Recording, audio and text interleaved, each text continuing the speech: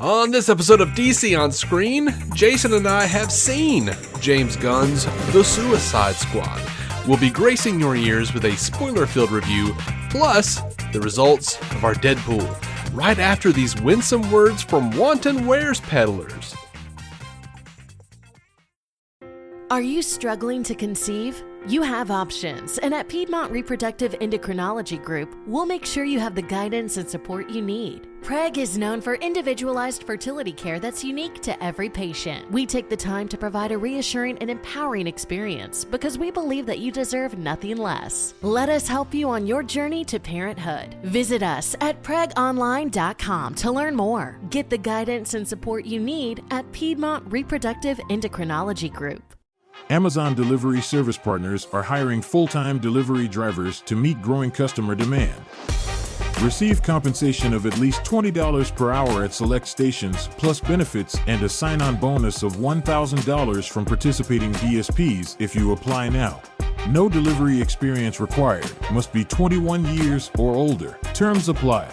Apply today at amazon.com/driver. That's amazon.com/driver. Welcome into DC On Screen episode 642. On this podcast, we share our honest opinions about the DC Comics multiverse on film and television. If it has been released, it is fair game, so beware of spoilers. I'm David C. Robertson, and this, the man who bit off part of a friend's ear during a Key West hotel brawl, Jason Goss. You had it coming.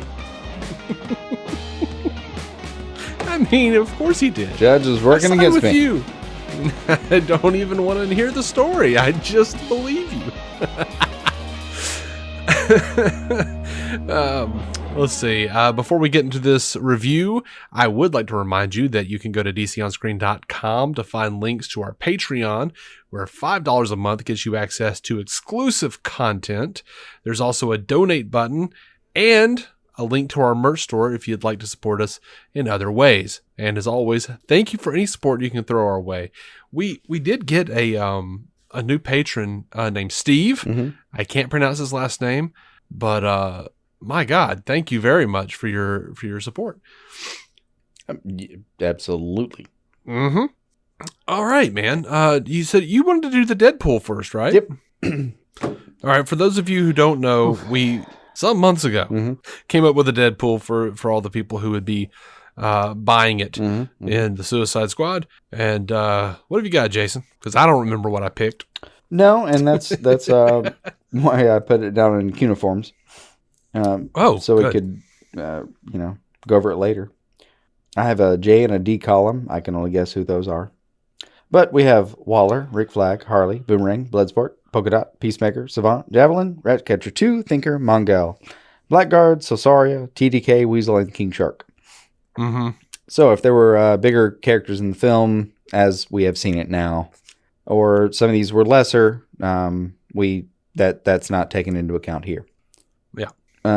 We agreed to just take Harley off the board. Yeah, and I think that was wise. as part of a Deadpool. Like, yeah, let's assume she's going to make it. So, if we had done this for Zack Snyder's Justice League, we would have not been correct on that at all. Agree. Now,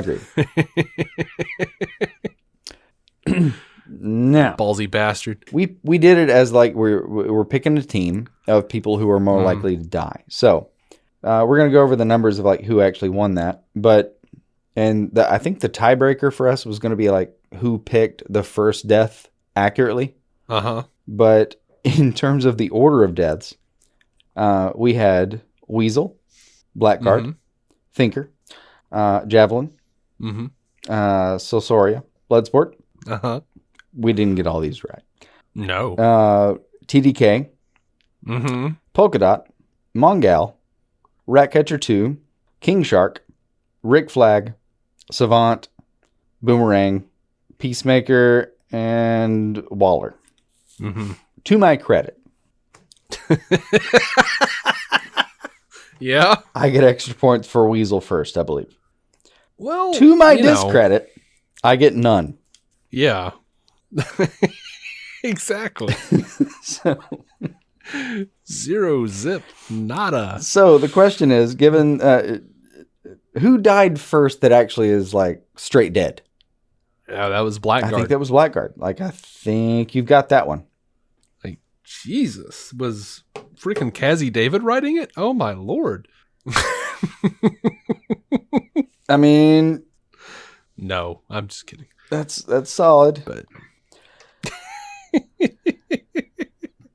Let's see. The only thing we have to rule out I'm going to put an A by everyone who's still alive. So, by the way, still alive given the stingers. Walter. Let's see. Bloodsport still alive. Peacemaker. He's still hanging in there. I still would like to think Javelin's alive somewhere because that's part of his character in the books, but whatever. Sosaria, still gone. That was a whole... Yep. We had all these speculations about powers and possibilities. Fuck all that. That was not what was happening with that character at all. nah. All right, so we get 5. All right, so the people alive. Waller, Bloodsport, Peacemaker, Blackguard... I'm sorry. No. Sosaria, Weasel, King Shark, and Harley, as we put her to the side, still lives. Yep. All right. So we still have on the board 9 people lived or died. Ooh. All right. This was close. In your Deadpool, that was still dead at the end of the film. Uh-huh. And granted, you pick some sports, man. Boomerang, Rick Flag, even Polka Dot. Uh-huh. Thinker, Mongal, all that. Nope. Some of those are mine. Anyway, so look at the wrong side of the page for a second. So you picked some sports though. Rick Flag, Boomerang, Polka Dot. Those were all yours. Wait. Oh wait, hold on. Rick Flag, you had him dead. Boomerang had him dead. Polka Dot, you had him dead. Javelin, you had him dead. I had TDK dead. I had Mongal dead. I had Thinker dead. I had Savant dead. If you just added up that with me, it's 4 and 4. Yeah. The fucked up tiebreaker is that I had Weasel as my first pick for someone who was actually dead, and the stinger fucked me. Yeah, it did. You had It Blackguard does sting, as doesn't the actual first dead, and congratulations, sir. I believe that means you have won the Deadpool. Awesome. Because Blackguard got very dead. Very quick. Very, Without very quick. equivocation. He is very dead. Yeah. Well, that'll put Dave Shall as the we- winner of this one. How you doing? Mm-hmm. So, you want to move into the actual review? Yep. All right. Okay, so let's see. How to begin. I liked this movie. Mm-hmm. No matter what I say at any given point for the rest of this review, don't trick yourself into thinking I don't like it. That's all I'm saying. Because I know some of our listeners, not people that we normally talk to, but there are people out there who are gonna be like, one negative remark. Yeah. You hated it. I did not hate it. I liked it maybe a little more than the original Suicide Squad, which I liked. And that's, understanding that the theatrical cut is a mangled mess of bullshit from the studio. I'd love to see David Ayer's cut. I did enjoy it as it was. I did enjoy this as it is. And it probably does the fact that it wasn't supposedly meddled in. Now, we heard the same thing about Birds of Prey to some degree, and now we're at release the Yan cut. So Yeah. we'll see. But yeah, no, I enjoyed it. There were I had a few issues that really kind of hung me up a little bit, but it wasn't anything like Wonder Woman 1984 or anything like that. Like this was solid, I thought. How did you feel overall? No, I believe that same train of thought. Deeply solid. I enjoyed myself. There were a couple things that weren't, I don't know, that didn't perfectly hit, but yeah, I enjoyed the hell out of it. Yeah. Stayed up late last night watching, knowing the consequences. Yeah. So yeah, I knew he was gonna go. I felt it in me bones. Man, I didn't want to see Boomer go though. I like Boomerang so much. Yeah, I agree. And though it may have been worth it for that look he gave Harley as when he knew he was about to die. It was just like, well, on to the next adventure, I guess. Like he just it's gonna catch up to me eventually. No, it's like happens to the best of us, you know. Yeah. And there was this slight pause just for a second. Like there's a moment where you see him like stung with kind of shrapnel, and you're like, I mean, can he survive it? And then he looks a little bit stunned, and then the fires engulf him, and you're like, yeah, he's not gonna make that. There's no throwing yourself out of that situation. Yeah, that boy done. And for what it's worth, I really liked Harley's reaction when she knew he was about to die. They have stressed over and over again, this is not a sequel. Mm-hmm. I disagree. Y'all are some liars, because we have of the fleetingest of moments with Harley and Boomerang on the plane, and then or the helicopter, whatever the hell it was, and but certainly not enough to like give it weight. Like I felt like, sorry, whether or not he was screwed or not, Ayer in the previous movie did the heavy lifting on Harley's on where Harley is in this movie, on her reaction to Boomerang, on any kind of weight we're supposed to feel for Boomerang dying. And that's not necessarily a bad thing. I'm just saying, like, as its own movie, that apparently we don't need to see the first one, as they keep hammering into our heads. You kind of do. You kind of need to see the first one. I mean, yeah, but there was a nice back and forth for that. Like, you could just watch this and not. You could really have to worry about it, because you do get the sense in the movie, just in character, but that like some of them have a certain rapport, but it does deepen it to know where the rapport, comes from. Yeah, and it's not that deep. It's not that big of a deal, but I'm sure there are plenty of people who never saw the original Suicide Squad and just went, okay, they're friends. They know each other. I mean, there will be plenty of people that do that, but I mean, I feel like a large amount of the people that watch this movie are aware of the rest of the DC universe. And there are many moments where you like, all right, so Harley and Rick Flag's relationship, just both the introduction with the I had to go number 2. Even later where she just looks sad and she's like, he was my friend. Yeah. Like a real moment out of her, which was really nice. Yeah. But, given that, and then earlier in it where it was just, Rick and Boomerang, like there are moments even there are moments where the previous relationships of the 4 or 5 people that are from the previous movie. Yeah. They didn't just neglect it. They didn't just reintroduce them like nothing happened. Yeah, and that's kind of why I feel like it's more of a sequel than they're trying. That's WB marketing up and down, just being like, it's not a sequel, it's a standalone. Bullshit. It's not carrying over a storyline, but it's carrying over a premise and a ton of the characters. And it's kind of a sequel. It is. Yeah. At the very least, a spiritual sequel. But yeah. As that's going to bring me to this. As much as I really love seeing Margot Robbie play Harley Quinn, kind of didn't feel like she was really needed in this movie. Like a lot of her storyline with like the president was interesting, but not enough to be in the movie. Like I liked the fact that she, he starts talking about killing kids and shit, and she just blows them away. That was really cool. No, I think that's exactly the reason that it deserves to be in the movie. I mean, it was a cool scene. It was a cool scene. Yeah, but it was like a cool scene given the context of the movie as far as like where the uprising starts. And yeah, like she has many a moment in the last act of the movie that I think are pretty integral and could only have been done by someone like her that needed to be there. I'm not sure dives in that starfish's face. I don't know. I don't know, man. But it did seem to take a turn. And let me ask you this. Look, I enjoyed everything that Harley did. I liked when she shot him. And he's dying. She's like explaining, like, look, man, I've got bad taste in men. Yeah. Here's the thing.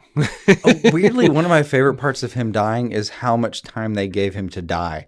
Like the confusion. Yeah, that was rough. The sad, like the fighting for his life. Like the whole thing was like, and the whole time she's just monologuing. And I loved every second of that. Yeah, I did enjoy that. Were you like wondering like if they were going to address the fire? Because they started a pretty big fire while they were getting down. Nah. And then they like show them like in the aftermath of the boning. Mm-hmm. And we've got what sounds like I don't know if it was actually in the movie or if it was like our cat's water filter behind me. It sounded like there was still fire crackling. It could have been a fireplace. I'm not sure. But I thought for sure they were going to be like, we should do something about this fire. And then just it never came to fruition. I mean, I kind of agree. There was also one of the things the last couple films last few films, all of them with her have done really well is just not quite knowing where reality sets in with her. Yeah. Like there's that, and then there's the flower scene later. Yeah, and the little cartoon birds and stuff. Mm-hmm. By the way, can I just bitch for a second about did James Gunn did he transpose his fear of birds onto freaking Bloodsport's fear of rats? Did someone lock him in a box full of birds at some point? Why we got to kill so many birds in this movie? I felt genuinely terrible for all of these birds. I know they're not real.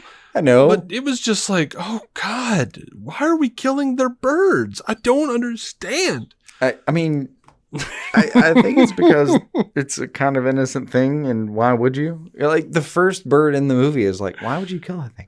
Why? Yeah, it's like here's how we let you know that and this guy's a bad guy. Think about it, like I could not. You know what? Fuck it. He's got to kill a bird, and that's how we know that he's a really bad piece of shit. I think it's and then is are canaries yellow? Probably. I don't think they're black, if that's what you're getting at. No, they're definitely not. That part. Did he? And I know someone out there is thinking canary? it. Did he kill a canary? Because God damn it, that would be really good. A metaphor. Because Savant was a big villain in Birds of Prey in the comics, and he was always coming after Black Canary. Okay, well, that I would didn't be think really about that. cool. I was just thinking like the canary in the coal mine thing, the metaphor. Oh, okay. No, I was thinking about the actual. No, yours is more exciting. Canary. I like that. Let's do that. I just looked up a couple pictures. And I think that was a canary. Yeah. And I feel like I have to go back. My statement about canaries not being black was specifically about the actual birds, not about any casting choices they made in Birds of Prey. I loved Journey Smollett. I know how some people misconstrue these things. That's not what I was going for, y'all. Yeah. I have taken... just oh my God, just Twitter is ruining my mind. Y'all, I didn't mean it that way. Yeah, no, I get it. Now, no, seriously, I would have loved to have seen more of Savant. I would love to see like every person that died. I wanted to see more of, but it had nothing to do with the job that this movie did. It was just, I know these people. I read comics. I want to see more. Like for me, it was 50-50. Like there are about 50% of the people who died. I thought, yep, that checks. And the other 50%, I guess it was like, man, I wanted more time with that person. And a small margin of them were just heartbreaking. Yeah. Some of them, yes and Flag. no. Yeah, Flag got me. Flag. I did not want to see that dude go. I did not. And I didn't want to see Polka Dot Man go. Those were the two for me. I liked him enough. Yeah, those were the two for me that were like, God damn it, man. Man, Boomerang for me. I just didn't want to see Boomerang go. I'll give you this, though. He died so early and in such a chaotic scene that I was like, well, that's just part of what I'm dealing with right now. So we'll just put that to the side. Yeah. And yeah, I love I'll that tell you- character and that actor. And as much as I love Peter Capaldi, I was okay when Thinker got ripped apart. it didn't. I mean, all right. So that's one. Like this movie didn't just like kill people for the fuck of it. It killed people because it was either a thing that might happen or because they fucking deserved it. And Yeah. when Thinker just gets shredded and then thrown against glass and turned to pulp, I was like, yeah, you had that coming. Nope, this checks, Yeah, man. no, he did. He did. Yeah. Now, if James Gunn wants to make a movie or a HBO Max series chronicling the life of Thinker, Oh, I want to see I'm all on the life board. of Thinker, and while like, I want to see a whole mini series about him experimenting and trying to like take Starro's power and somehow maximize it for himself. Like, I want all of that because first of all, it's neat, and second, it's Peter fucking Capaldi. right? I'm down for all of it. How much did you love when Ratcatcher 2 Mm-hmm. was like, do you want a bunch of rats up your ass? And he's like, I think you'd be surprised by my answer. That did really surprise me, and I laughed my ass off. Yeah. Don't assume shit about people. Honest people will surprise you with their answers. Yeah, I felt, I enjoyed the movie quite a bit. I did feel like there were some boring parts for me, but there were, I think my biggest issue, like, was probably it felt like there were less stakes than I wanted there to be, like, not as much character development Oh no, as I had hoped. see, that's the fun part. So there's character development in some ways, but it's an ensemble cast, and you can't spend the entire thing developing things. Like if you wanted to do that, we need to give you like a 3-season series. Oh yeah. You can't do Let's do all of that. that. Like Polka Dot's mother. Like the only time you ever saw her was when she was this like gleaming villain. That's all I needed though of that. I mean, I get it. Like, I am interested in, what else I would like to see more of that story, honestly. I would love to. I would love to see like, okay, what the hell did his mother do to him exactly? Yeah. I mean, I love the Bates reference. That was hilarious. But like, I loved a lot of what. And by the way, Demalchian just fucking killed it in this role. Yeah. A guy who we, to be completely fucking transparent, like lambasted because of certain choices in Flash, but he's one of those guys. Like, he's capable of so much, and then certain roles you get into it, and you're like, "What happened here?" And then Look. you see him other places, and you go, "Oh my god, this guy's gonna fucking kill things!" Like, he is deeply talented, but David Dastmalchian's choices, whether they were his or producers in The Flash, he was a showman. He was abracadabra, for God's sake. He was over the top. I mean, don't But forget when him in they- Gotham. Same kind of thing. I know. But when they did his episode, and I don't remember where it fell, if you're caught up, but they did an episode where it like revealed like why he is the way he is and like the people he's lost and shit. Like, I think it was definitely post-Crisis. Like, he found out about Crisis basically, and Wait, was that this he season? lost people. It may have been. I don't remember. But dude, he killed it. Like, I felt horrible for him. He did a really good job. I don't know if I'm just memory blanking on having watched that or not, but I doubt you 0%. Like, the guy is fantastic. He did a And then good job. occasionally I just see him in something and go, what happened here? Yeah. But as we've talked about before, like, it's never his fault. Like, we feel like it's never his fault. Oh. But his character here, like, man, I did want some backstory. The fuck is he doing with the interdimensional, abilities? Virus, yeah. And just having to, go in the woods and spin it out every once in a while, like it was a fucking Taibo class or something. I don't know what's going on with that. Right. At the I'm worst gonna go possible Richard Simmons just shit in the wood and get rid of my interdimensional virus.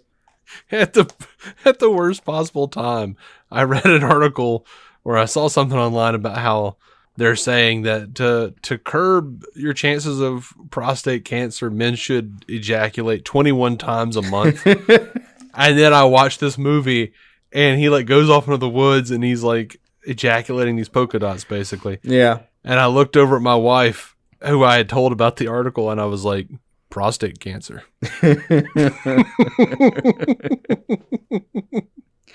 Multi-dimensional prostate cancer. What are you gonna do? Yeah. He like got up out of I'm that gonna play sleeping some bag. And I Taylor was Swift like, to shake it off, bro. yeah, man. He got out of that sleeping bag. I was like, that is a swollen prostate, my friend. Yep. The old swollen face prostate. We get it all. Yeah.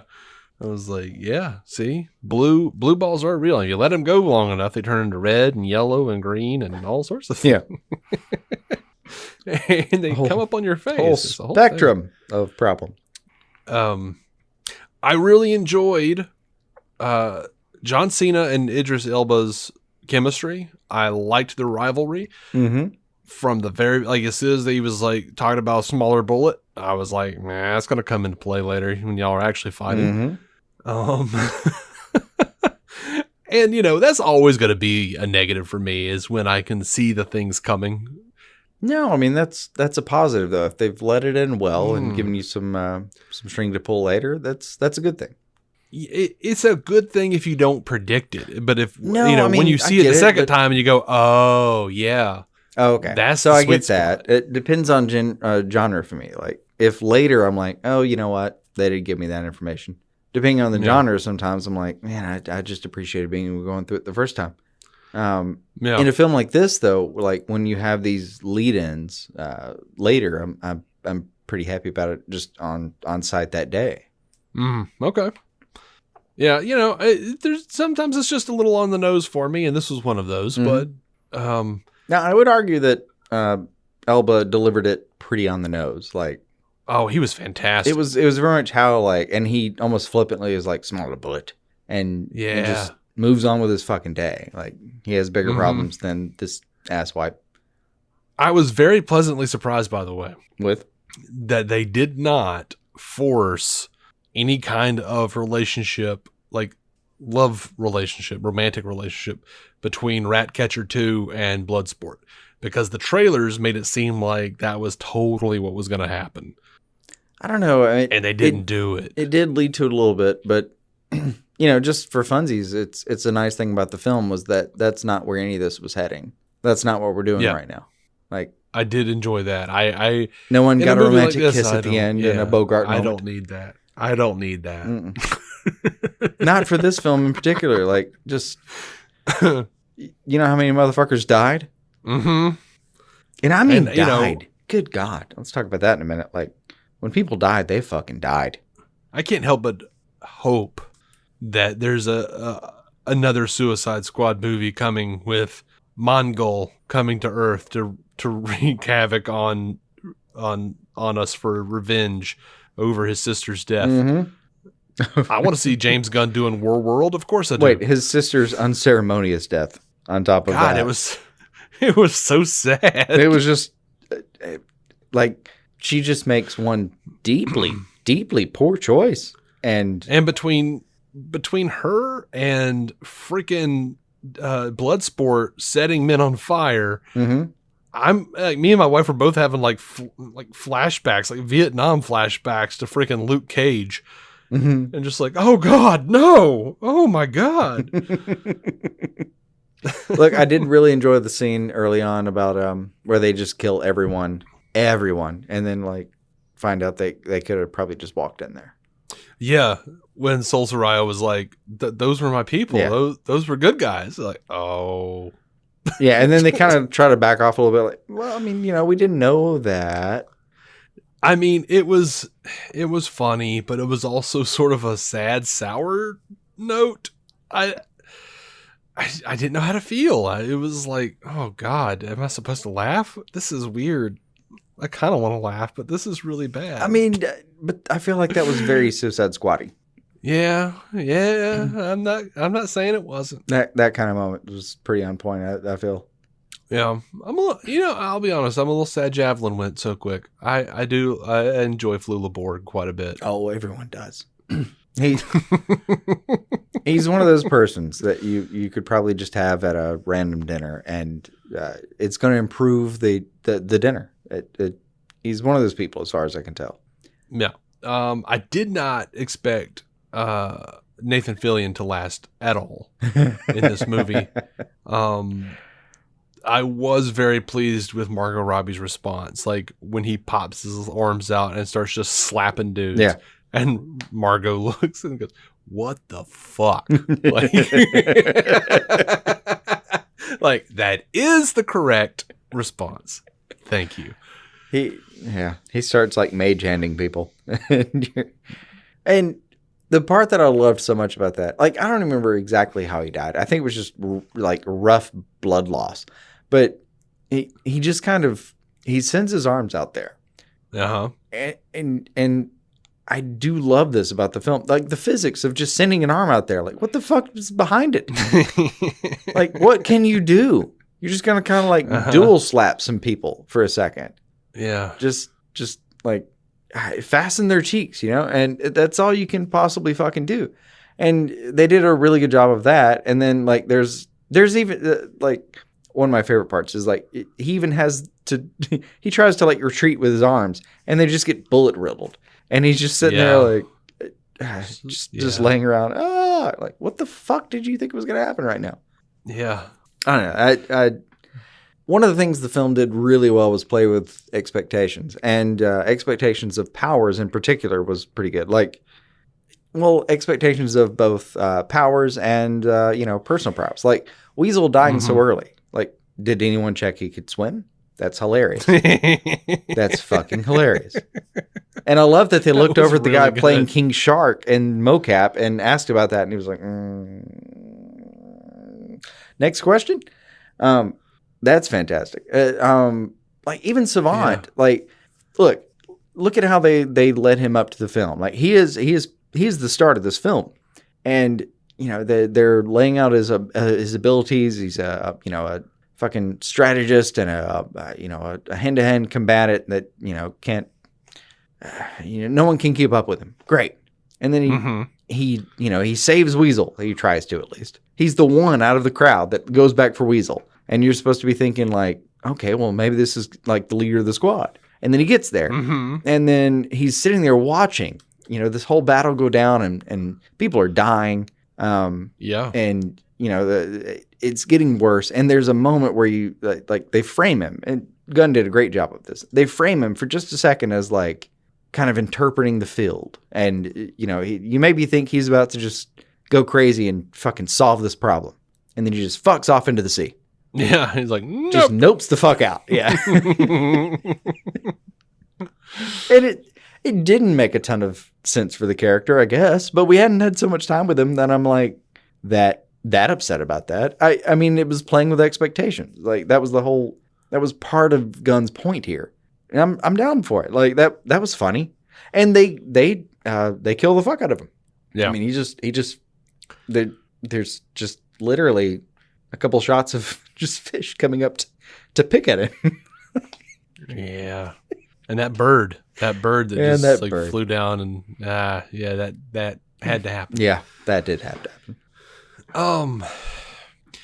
Did you feel that the constant stop, because they kept stopping at pivotal moments to cut back to an earlier time, I kind of felt like that was really disjointed. That took me out of it quite a bit. Like, I really liked it felt like a comic book, but in a way that I didn't really need or want in some ways. Like, I mean, like the perfect example is when Peacemaker's about to kill Ratcatcher 2, and then it's like 8 minutes earlier, and we see what the rest of the team has been up to, and you're like, oh, this is how they stop that from happening.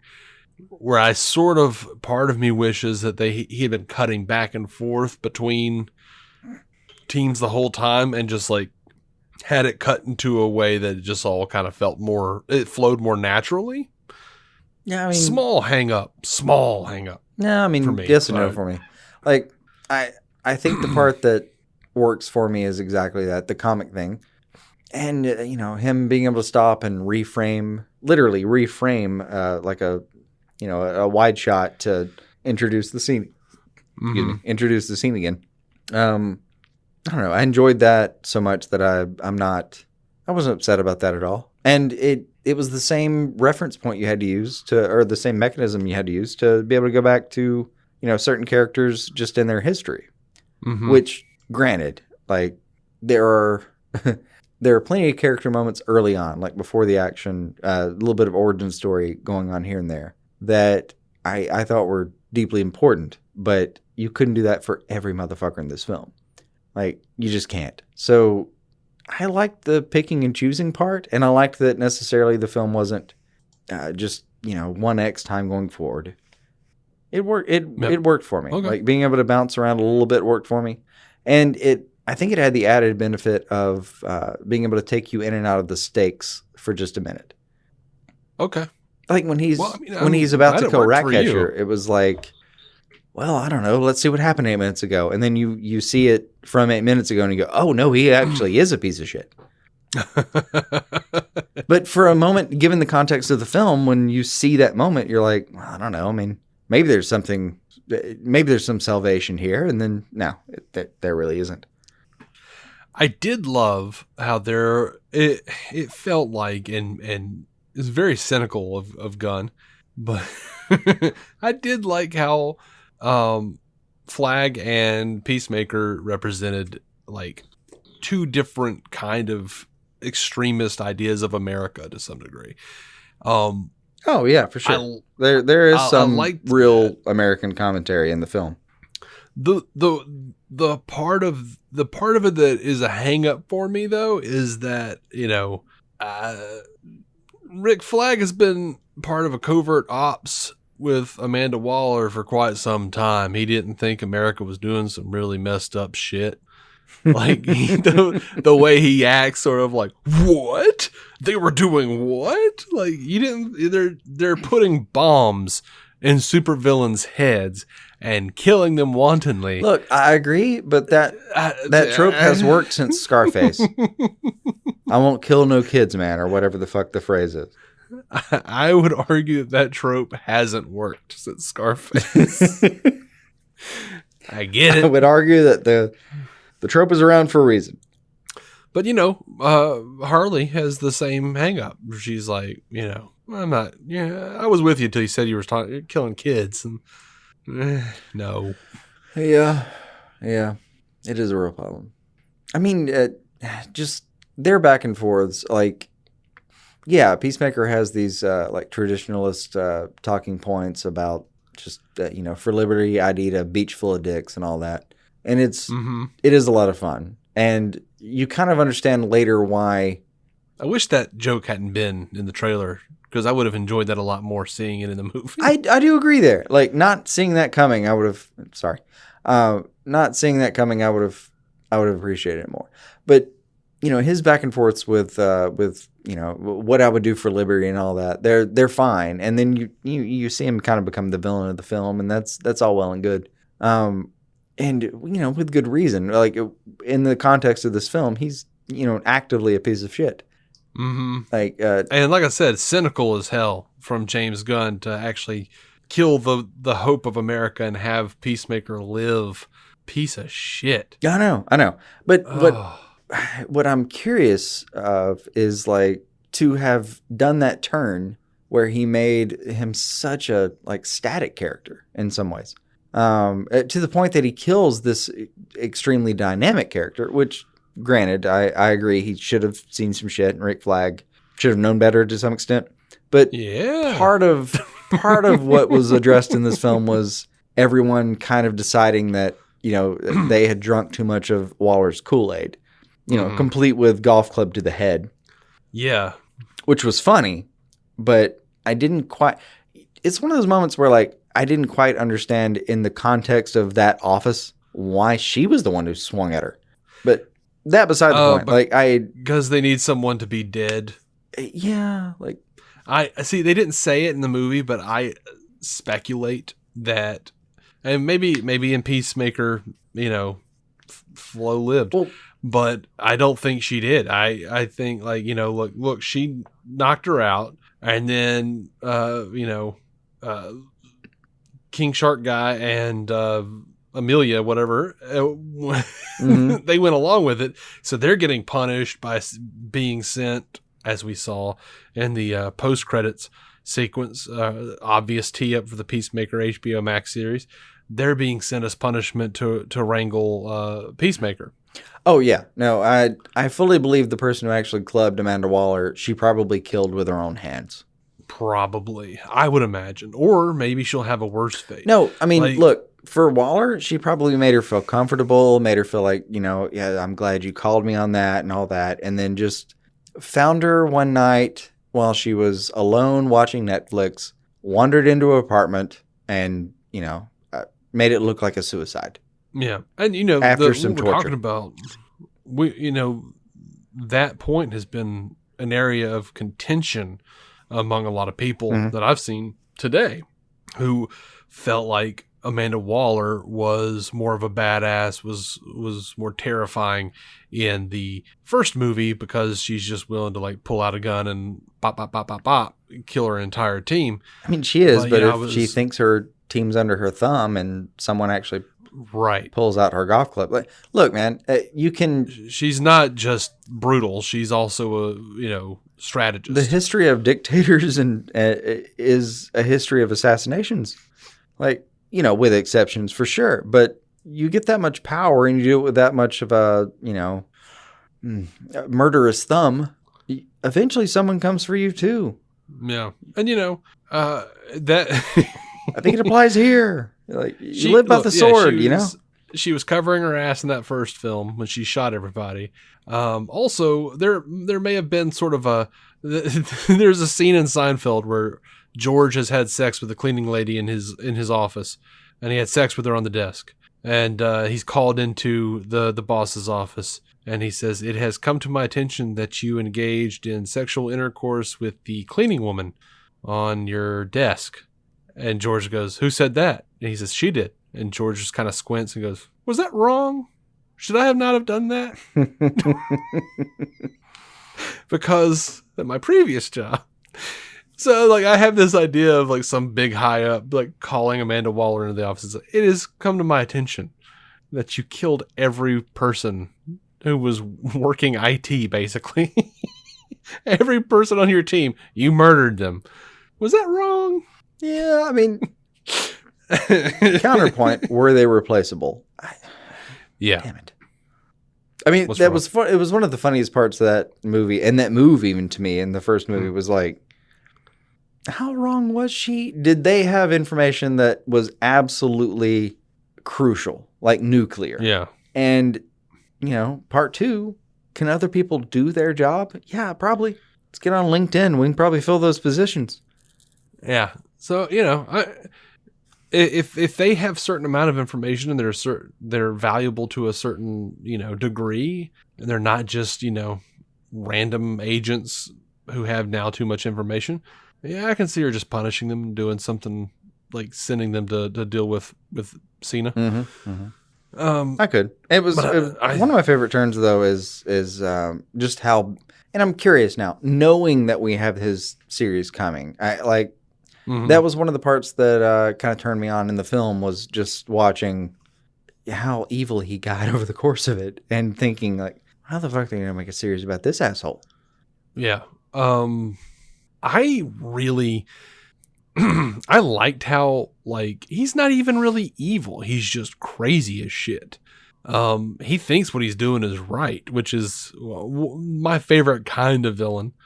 I mean, yeah, I agree. I mean, that is, but I have to admit, though, after he killed Rick, I was like, I don't even want to see his stupid show. I don't want to see his stupid face anymore. that was a genuine moment in the movie for me, where it's like, I'm done with him. I wanted Rick.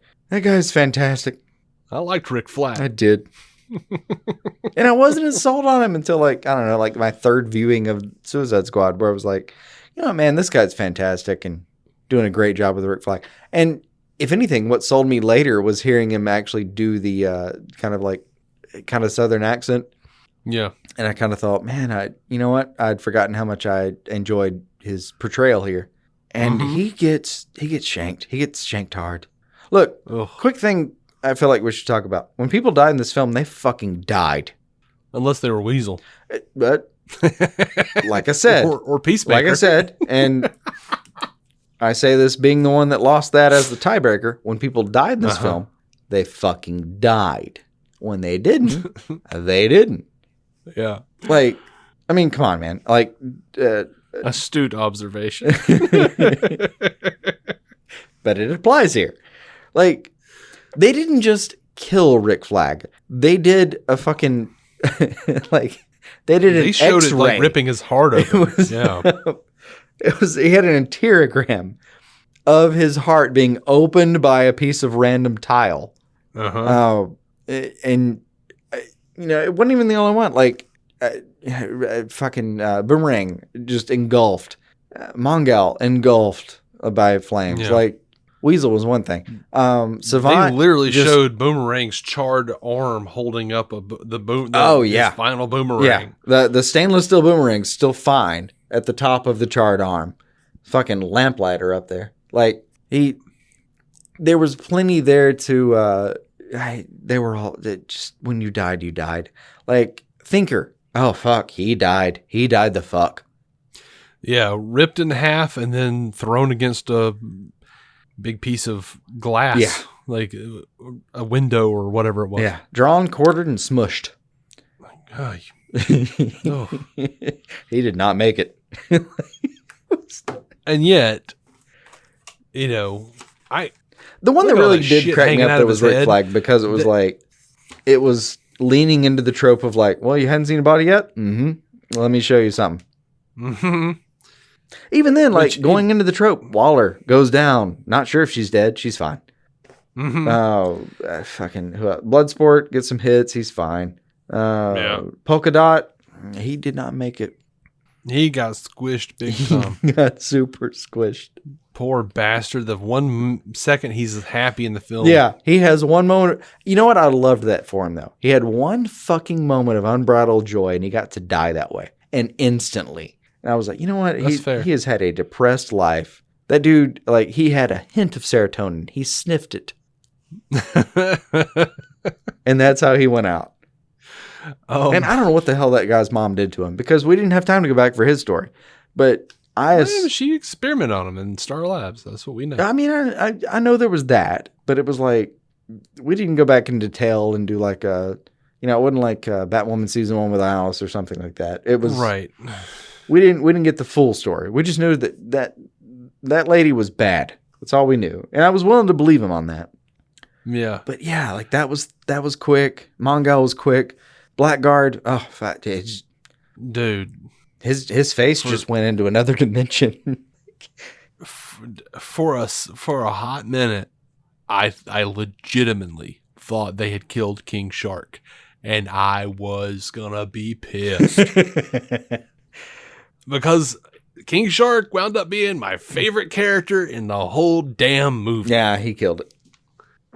Just the poor bastard. Like, I felt so bad for him. He was like, I don't have friends. Oh, you poor piece of shit. Oh, and he has this little, the arc where his friends are the aquarium buddies, and then they just try to eat him alive.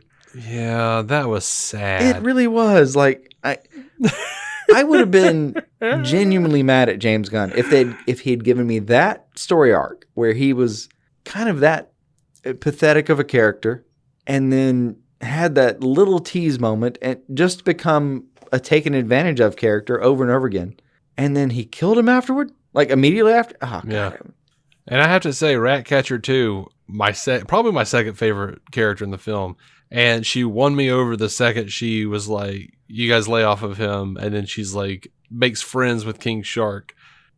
She literally just almost got eaten. And she's like, no, you don't understand. We're friends, right? Friends don't eat. Friends aren't noms. Oh, I forget we're what she friends. said in that moment. It was something along the lines of like, if this is a bad decision, I'd rather die that way or something. If it's something like if love is a bad decision, something like that. Yes, it was one of those like really stupid sentiments that makes me fucking choke up every time, because I'm like, God damn it, she's a better person.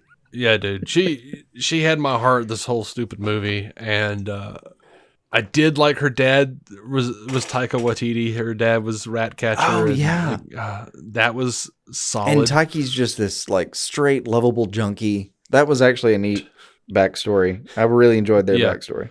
I did too. I liked her just whole a lot. good soul with a problem, Yeah. I feel bad for Milton, but it was totally worth that dude getting killed. Fuck, I forgot about for Milton. like Harley to be like, "Who's Milton?" And then later, like, He's Milton! literally been with us the entire time. And she's like, oh, Milton. And like a few minutes later, she thinks that that Bloodsport was Milton. Oh, that was solid. It was. That was a lot of fun. You know, something I really enjoyed about the film is like, you, at no point in the film do you believe anything fucking Harley says. Yeah, no, you shouldn't. And you shouldn't. Well, the one thing I did believe. Well, I mean, all right, first of all, they do a good job of showing her getting her, like, fucking consciousness knocked out of her. And still just kind of like laughing and being who she is. And I really loved that fucking scene. The torture scene with her is phenomenal because, yes, I mean, first of all, it shows she's just a goddamn badass. But second, it's like reality doesn't mean anything for her. And the rest of the film does a really good job of that. Like, I didn't even know who Milton was. Then like 5 seconds later, I was super attached to Milton. How dare you? Yeah, and like she climbs, so like she's about to suffocate in the fucking eyeball of a star, and all she can do is look around at how pretty the rats are swimming around. Like it. Well, I mean, they were. It was all. It was very visually entertaining. It was. Credits to Gunn on all that. I mean, the flowers behind her in that one scene were just gorgeous. It was fantastic. Yeah. Talking to you here and not being half asleep and trying to mull over what I'm thinking. I think I liked it more than I think I'm walking out of this review liking it more. And I feel like it's one of those movies where I'm going to revisit it probably more often than a lot of the other DCEU films. And I'm going to enjoy it more and more. It's going to be a Man of Steel for me, where I'm probably going to keep liking it more and more. But, look, I think so. What can you say? I mean, I've had the same instinct myself over the course of the day. I stayed up last night longer than was advisable and watched it. Mm-hmm. Because Devil stopped me, Yeah. And watched it, enjoyed the shit out of it. But I went to bed with questions. I was like, man, certain points are kind of weird, blah, blah, blah. But, overall, the last 24 hours, it's grown on you. Yeah. And it's not even that it didn't, I was neutral to some things. And, I haven't grown sour on the things that I was neutral on necessarily. Like, there are plenty of things that we could talk about as far as like, did this get developed a lot and all this, but whatever. It was an ensemble cast of, we have 18 people listed. Nope, 17, because we took Harley off the board. Mm-hmm. Listed as, possible. It was an ensemble cast, and they did an incredible job of giving us this super defined, very, emotionally invested picture of a lot of these characters, and especially the ones that were going to be with us for a while. And even, the film did a great job of breaking expectations and giving us a glimpse of people and just fucking ripping them out the fucking, just jettisoning the whole character arc there. Yeah. To some detriment, I still think. I would have loved to have seen more of Sol Soraya. I felt like we didn't get nearly enough of her. No, all right. So, sometimes like you get a DVD and there's like a little 5-minute sub story of some person that you didn't get to see in the background, a little EPK feature or something.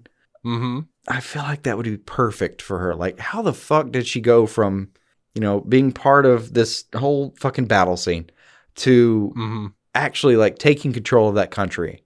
I would love to see. I would watch a 15-minute. I'd watch an hour's worth. I would watch a pretty good chunk, frankly. But I'm curious too. And there's a lot to explore there. And you can take it as a con, as like, well, the film didn't give us that, or you can take it as a positive, like, well, there's a lot we could do with this. Mm-hmm.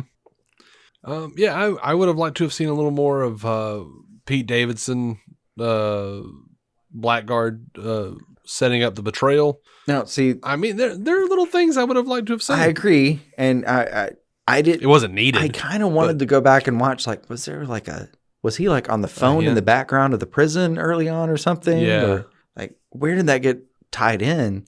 The funniest part to me is to hear you say at all that you would like to see any more of Pete Davidson in any capacity. That is a big deal. I don't like Pete Davidson. You do not. I think you have a chemical disinterest in this person. And the most interested I've ever been in him is that I found out that Larry David's daughter dated him, like for like 2 years, no less. I keep wanting to watch the Firevote of the King, New Jersey, or whatever it is. Like, I like the guy. I wanted to see more of him here, and then when he got his fucking face departed, I thought, all right, well, that's the tone of the film, and whew, no ambiguity to his death. He gone. I'll tell you this. I don't like him on a personal level. Like his last Netflix special, he totally slut-shamed Ariana Grande. Oh. And I wasn't okay with that. No, that's not like, okay. When he starts like publicly telling personal, intimate details, and he's a child. He needs to shut up. I don't. Fair. I haven't seen that, but yeah, that's not but, okay. You know, no. Couldn't stand behind that in any capacity. And I know he cheated on Larry David's daughter. I know he did, based on what he said in that special. So I don't like him. I get you. I think he's kind of a sleaze. But whatever, man. I was fine with seeing his face blown out. But from a storytelling perspective, I would have liked to have maybe seen a little. But we got the point. No, I mean, the point was there, and it was kind of funny. And again, like the scene itself has one of those like expectation moments where you see this guy, leave the little foxhole they're in and hop out and try to like take the edge off. But he's this deeply armed guy, and you keep thinking he's going to like pull his guns out and go crazy. And instead he just gets, just degloved on the face. Yeah. And I like the themes of fathers and children in this film, because we had stuff from John Cena about his dad. We had stuff from Bloodsport about his dad, and then subsequently about his daughter. We had the rat catchers, like I guess parents too, just because of Dawson Malshian's mother. I liked all of that. I thought it was good. I like that kind of thing. No, there is. And there's a lot of characters like in this that, didn't necessarily have good mentorship in any capacity growing up. Like, I'm not saying you have to have that to grow up and turn into any kind of person. I'm just saying it does help when you have like an example to go by. Yeah. But the themes have that. Of parents with their children is also a thing that like is over a lot of Snyder stuff. A lot of the DCU has deals with that. So I don't know. I liked that. I liked that quite a bit. Yeah. What else you got, man? You got anything else? I like the music. Music was good. Let's see. I'm just looking at some characters here. King Shark, fantastic. So much fun. He maybe had the best art was the way to altogether. go. Man, dude, okay. Can I say this about Starro? Right before Starro dies, and someone says, I was happy. Oh, fuck. I was floating and staring at the stars. Yeah. Oh. That was rough. Like this, it had some, I don't know. It wasn't like a comment on, American intellectual or scientific curiosity going too far. With one single line, it turned a freaking mindless kaiju creature into like a real character. Yeah, like, a real character who was dying, by the way. Yeah, like just, oh God. Yeah. That broke my heart a little bit. It was rough. This one of the only things like it, and it just may have been that I'm in the middle of a very long week and stayed up to watch this, and just maybe I didn't have the emotional energy. I didn't actually cry watching this film, and I was a little surprised because I'm an easy cry with this kind of stuff. You are. And I didn't actually like choke up. And I was a little surprised by that because there were moments where I thought like I maybe should, but it just didn't quite hit me enough to do that. And that's probably on me on that one. The only thing that actually got me to choke up for real on the first watch was King Shark. saying he didn't have friends. No, the closest I got, the closest I got to really like having one of those moments. And, you know, just because I don't choke up doesn't mean I don't really appreciate a moment. Like the closest I got to really getting super emotional was later when Ratcatcher is like kind of leaning on him and just like trusting him and going to sleep. And he kind of realizes like, you know, I have actual friends now. Yeah. That's, you know, actually, as I'm describing the scene, I actually feel a little bit emotional. So it was probably on me that I wasn't feeling that last night. Yeah. That's fair. I think if I watched that scene right now, I might actually choke up a little bit. Yeah. It was a good scene. Joel, by the way, Sly. Oh, come on. Yeah. Such a subtle performance. Yeah, he did a really good job. Great job. I do have to go back on what I just said, though. I did definitely choke up when Flag died. Joel Kinnaman just played it so well. Oh, he did. What was his last line? What did he say about Peacemaker? I don't remember. It was. I'm sorry. I forget too. But he did murder him with words, though. Yeah. It was a Reddit murdered by words moment. Like I'm just blanking. All I remember is like his last. It was something along the lines of like, Peacemaker, go fuck yourself. Like, you call yourself Peacemaker. You're a joke. Is that it? Yeah. Something like you call yourself Peacemaker, what a joke, or something like that. Oh, okay. I could see that. Yeah, that got me, and the Starro thing at the end, it came very close. Starro was. Yeah, I was happy floating and looking at stars. That was a heartbreaker. That was rough. Just like, you know what? He should have been angry. He should have been tearing the shit out of the earth. Yeah. Absolutely. Agreed. 30 years. I mean, and before it, one of the only moments that really fell flat for me was like the whole, we have all this power and, you know, it's going to be rats that chew up Starro. I was like, a part of this makes sense. And they're not wrong about like the sheer number of rats in a city is it's startling. Their city. Yeah. That was a good note. I liked that. It was. And I did like it, but I think it's probably to the credit of the film that there were moments where I'm like, man, but come on, it could have been like a fun moment where like Polka Dot Man was like taking off an arm and the rats were taking off a leg, and then I was like, yeah, you know what? That's probably part of the point of the film is not everyone makes it. Well, yeah. This is not, you know, the Avengers. Like, not everyone gets a hero moment, or like Polka Dot Man, you get like that one moment and you're gone. Yeah. I loved how they were like walking out of the wreckage, all the corpses with starfish on their faces, and King Shark is going, nom? They're like, no, nom, no, nom, no. No, that was actually a really good callback overall. It was just when they were like, Shark, nom, go for it. And then later we're like, no nom. Bad nom right now. Good nom later. Oh, that really cracked me up. Like one of the first scenes when they were, when Starro starts releasing his little tiny stars. And like most of the crew, for various reasons, is able to fight it off. Mm-hmm. And for King Shark, it's basically just him going like, nah. Like, yeah. He's not even trying to fight anything off. It's just he's slightly impenetrable. He's just like swatting at them. Like, God damn it. Fucking get off me. Yeah. Swats at him like fucking flies in Alabama. Yep. Near a cookout on Sunday afternoon. Man, our listener, Ryan Hulsman, man, he tricked me. He got me. Uh-huh. He posted a picture of Jarro and he was like, well, I didn't expect that in the post-credits scene. And I was like, what the hell did you see that I didn't see? I'm like messaging him. I'm like, what the hell is happening? Did you see Jarro? And then I was like thinking like maybe they have Jarro in a jar. Maybe he's in a jar and wherever they've got Peacemaker. Where and he was like, nah, I'm just messing with you. I was deeply flipping back right now just to make sure I didn't miss something too. I was like, what is he asshole?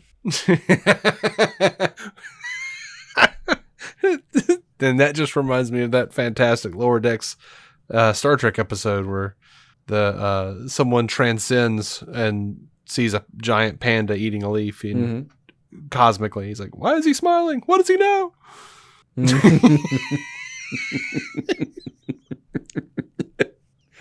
I did congratulate Ryan earlier this evening about his boy making it, because I don't know if anyone in the world was happier about King Shark actually coming out of this alive.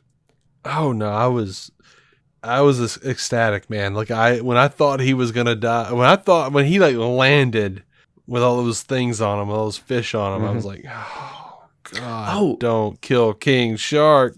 Wait, stupid moment, but I really loved it. Like he does, he comes in, he's engulfed. The whole team panics a little bit. One of my favorite moments is like, there's this tiny moment where Harley's just grabbing one of the fish and just both hands pulling it off of him. Mm-hmm. Like even in the stupidity of all the water flowing and just this being a bad call. And I don't know, and I really loved it. Like, yeah, among other things, the film did a great job of explaining that Harley is a team player. Like, not that Birds of Prey didn't. Like, I think it did maybe even a better job of that for sure. And then giving her an actual fucking team and, star role and all the time and everything. And that's fucking great. I love that film. But this one, she does just play a part of an ensemble role and does it in a way that, like, you do get to see her character grow. She doesn't just, like, she's not the same person she walked into that film, or as she walked into that film. I honestly, like, and I wasn't completely cognizant of how she came in and out of that film until the last bit where she's just kind of staring at the building and, she says, like, Rick was my friend. Yeah. Like, just a tiny moment where, like, I don't know, that part kind of broke me a little bit. I was, I don't know. It was a good moment. Yeah, it was good. That was good. Yes, yeah, I like the movie more. I'm gonna go over to my letterbox and maybe pop it up to 4 stars instead of 3. Like I'm not that 3 is bad, mind you. Most things that I like wind up at a 3 because I'm not mad. No, but you can't just rate everything 8 or something. You can't. It's anarchy. Yeah.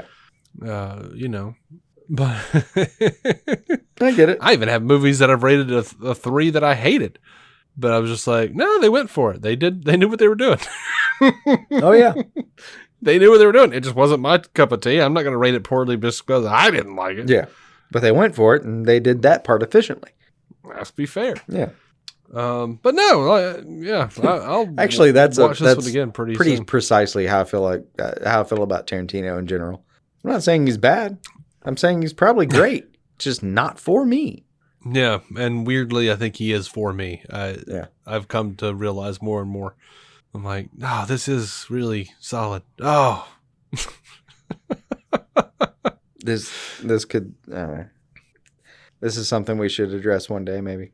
Like me and you watch Tarantino just somewhere in the middle of the career and just see what happens. Oh, I mean, fine, that's fine. We can do that. I don't know what we'd watch. I'm open to it. Or just late. I haven't watched Django. Oh, Django's it's a good movie. It gets a lot of crap. I believe you. I just don't. But, never struck me as something that I was going to take time out for. Yeah. Django is basically, this might be the selling point for you. Django is like, a superhero movie for that time. Oh, no. I get like, it. it's... But, not everybody dug that one, and I understand a lot of their reasons. Trying not to quote Hamilton right now. Yeah, I get it. I'm interested, but I don't know. The context, I didn't make time for it. That's all it is. Hateful Eight's also really good. Very. I hear great things. I have also spoken volumes about Kurt Russell's facial hair in that movie. It is it is goddamn glorious. Yeah, that's what that is. It's a solid whodunit. That is actually, I enjoyed it. I said goddamn. That his facial hair is maybe a proof that God exists. That is insane. That's interesting. Interesting take. I hadn't heard that take. But yeah, to be so natural and yet so magnificent. I don't know how natural it was, but I believe it was good. I mean, Point is, Kurt Russell can grow some face carpet pretty well. Yeah. That just sounds gross when you say it that way. What do you want? Thin, shag, linoleum? I got you. Yeah. But yeah, no, when you and I first started hanging out, I would have said, stop watching Tarantino after, Pulp Fiction. I didn't like Kill Bill, whatever. I've now since gone back, loved Kill Bill 2, and have just started, consuming the catalog. And I'm like, damn it. Look, I might too. Yep, I think I'm down. I think I'm down with age. it all. Age changes things, and I might definitely might come back and go, man. You know what? I misjudged this. I don't know. Yeah, maybe That could. All right. I think we're done. It feels like we're done, doesn't it? I don't have anything directly on my heart. No. I am, even for my problems, super excited and happy for James Gunn that he got to do this. I honestly wish it was a little more. I wish it was a little more pieced into the DCEU, a bigger part of an overarching story. But I like that kind of shit. All right. So, two questions for you. On the one hand, sure. A statement and a question. I agree. It's not necessarily pieced in, but it is. It is. Yeah. I mean, the characters are there. Unconnected. Yeah. They're all basically working off the same timeline. That timeline is, because of, God damn it. Even if it's because of the opening scenes of Suicide Squad, that timeline is tied into like the death of Superman and everything. Yeah. These are characters that exist in the early DCEU. Mm-hmm. What I'm wondering though is like, how'd you feel about the opening? Like before the actual opening, before Savant? What do you mean? What? Just them landing on the beach? No. The actual like Warner Brothers opening for that film.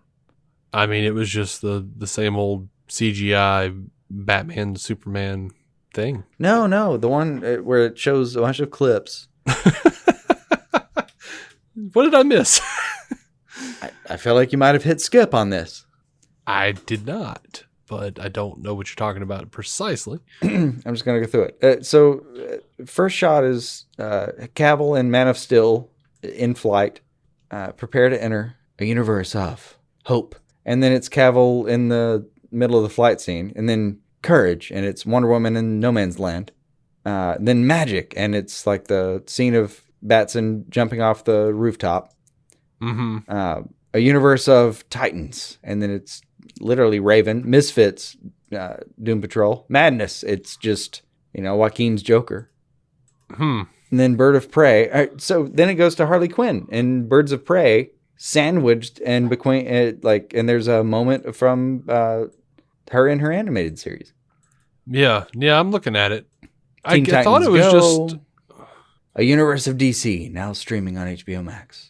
And I didn't really feel like of fucking Snyder shit. Like it's here's what happened. Mm-hmm. My wife queued up the movie. So like the first thing I see is like the Warner Brothers Studios, and I'm hearing Johnny Cash. Okay, I got you. Which by the way, I always love to hear Johnny Cash. Like that was the correct song. I adored that song as an intro to this fucking. That was fantastic. And Savant like throwing the ball to the beat, like oh god, oh that was good. That was solid. Yeah. I hear the train coming. Yeah, that was fantastic. Yeah, but yeah, they had this. That's why I didn't see it. They had this whole. It was funny to me because it was like this is the next big movie for you after a series of events, and this intro, which by the way, it followed an intro where it was like the same CGI thing where it was like Green Lantern, other people that haven't shown up anywhere, but it was the same one that they keep using. That is theoretically part of like this is a DC thing right now. But they did this other thing before that was just like hilariously kind of groping at the DC fandom in certain ways. Yeah, and weirdly, because I'm like, I mean, are you trying to sell people who are doing like a trial for HBO Max? Are you just reminding them there's a bunch of other shit Oh no, I on the service? Is that what's deeply happening? think that was the actual purpose. Just cracked Okay. me up that they were actually going to do that. And then, by the way, we're going to keep these things, on the service, ready to go. And they probably can, but I think there's an agreement between Warner Brothers and theaters right now, maybe. But like I think September 5th, like it's 30 Yeah. days on this streaming service, Right. and then it's off for a second, and it'll probably off for like a hot fucking second. It'll be back in no time. Yeah. But it's just enough that if you were trying to watch it at home, if you're going to watch it again, you have to go back to a theater, I guess. I don't fucking know what the game plan is with that. It doesn't make I sense don't to know. me. Like, if you're going to release it streaming, just let it fucking be there. Like, Yeah, we're in a tough time where they're trying to appease theaters, and I've been seeing some hubbub over the fact that it looks like the Suicide Squad might be releasing lower than Birds of Prey, but we're in the middle of a pandemic. We got the Delta, we got Delta Plus, they got all this bullshit out there. People don't want to go to a damn theater, and the people who do are idiots, and they're going to wind up in an ICU with a damn worse than a muzzle on their face. So, crazy times. we're at a point where I was at this point a year ago where I'm like, I'm not sure about the future of theaters. And then now a year later, because we had this glimpse of hope, it really is working in some areas for sure. Not working at all in some other areas. Yeah, well, it doesn't help that you got people like Joe Rogan over here telling his 11 million listeners that the Delta variant is, a result of the vaccine making COVID mutate. I mean, good God. Yeah, because that's how that works. I don't see I mean, theaters lasting. Look, I want the to put Joe pandemic. Rogan in context real quick. And God, I hate to be How I the feel. podcaster that does this finally, but I'm sure plenty have. he is famous for, I mean, his stand-up was one thing, but he is at this point in his life famous for getting in a lot of fights and taking a ton of hallucinogens. Yeah. And I just want to suggest, I'm not saying he's not right about some things. He is a free thinker. He is even born of, some pedigree that as a person who loves stand-up, I really deeply appreciate.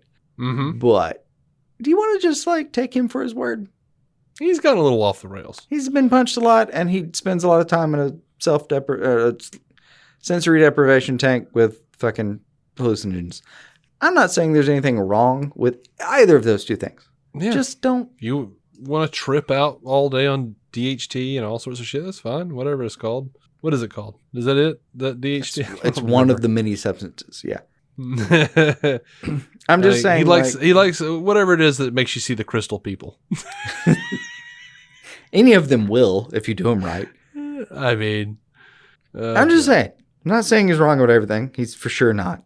he's entertaining, but I don't take his advice on medical issues. Yeah, just don't. God's sake. That's all I'm trying to suggest. Is don't take his advice in matters where he should not be stepping. But no, I don't see a way out of this pandemic. I want to know a hit guy. I'm gonna we're- ask we're- that dude. If I don't know how many shrooms I can take at one time, I'm gonna ask Joe Rogan. Yeah. I don't see us getting out of the pandemic and still having theaters. I just don't. I don't either. Maybe I'm wrong. Well, I mean, it's not that they won't exist. I genuinely think the future of theaters is because it's still going to be a space that's built a certain way. And I think it's going to eventually be, if we can get the whole fucking thing under control, get back to a point where it's like, cool. So do you want to rent this thing out for do you want to play GoldenEye on this screen? Because we can do that for a night for $400. Mm-hmm. I'm just literally spitballing a price point here. I'm just saying. I think it's going to be a point where you rent things out and, offer people well, what do you want to see here? But we can offer you the, newest film that you want to see, and that's X price. Or we can, restream whatever it is for you for whatever we have a license for. Yeah. I think what will be important for the theaters, though, is to be able to drop the idea that they can only show what they have license to show. If there's a mechanism where they can, stream something on Hulu for somebody, that'll go a long way. I don't think there's a way to I don't think there's a way to regulate that. If something is on a streaming service and you just, somebody rents out the room. I mean, I agree. And that's what it'll probably wind up being, is just renting out rooms. Oh, that's what it'll be, is renting out rooms. My guess is there will be some there'll be some service fee for being able to show like a Netflix entity of any kind that the theaters pay, like similar to what they're paying now, just to be able to get into any, series of films. Mm-hmm. And then there will be some rental fee that they pay or, charge. And then, probably an upkick they have to pay for renting whatever to so-and-so on a big screen, because they're going to make it a premium thing. Like, the funniest part is like the people who, I really hate this. I shouldn't have even said the funniest part. The part that's heartbreaking is the people who have a lot of invested literal materials, like brick and mortar materials, into the whole fucking universe of what we do is, or what we enjoy, is just fucking, there's going to be a cost there. And there's nothing to be said for it after. Like, it's like, hospitals, you don't see like those sites just get torn down. You don't use them for much else. They're very specific. Like hotels are, you can at least repurpose them into apartments or condos or something. But certain buildings, once they're built a certain way, it's that or it's dead. Yeah. Theaters are pretty similar. Mm-hmm. I mean, in our area in Birmingham, I can probably name you half a dozen that just, I don't know how many spiders are living there, but I'm assuming they're doing well. Yeah. In the thousands. Yep. All right. Well, I think we're done. We're beyond done. Yep. Here, in my opinion. Agreed. DCOnscreen.com for every episode. And again, patreon.com/DCOnscreen. If you want to pop over there and throw us some cold cash our way, or a lukewarm debit, whatever. And available for both. Yeah, I take it we'll be back next week. It seems like there's plenty of news brewing at this point. So thank you so much for listening, and until next time, keep some DC on your screen.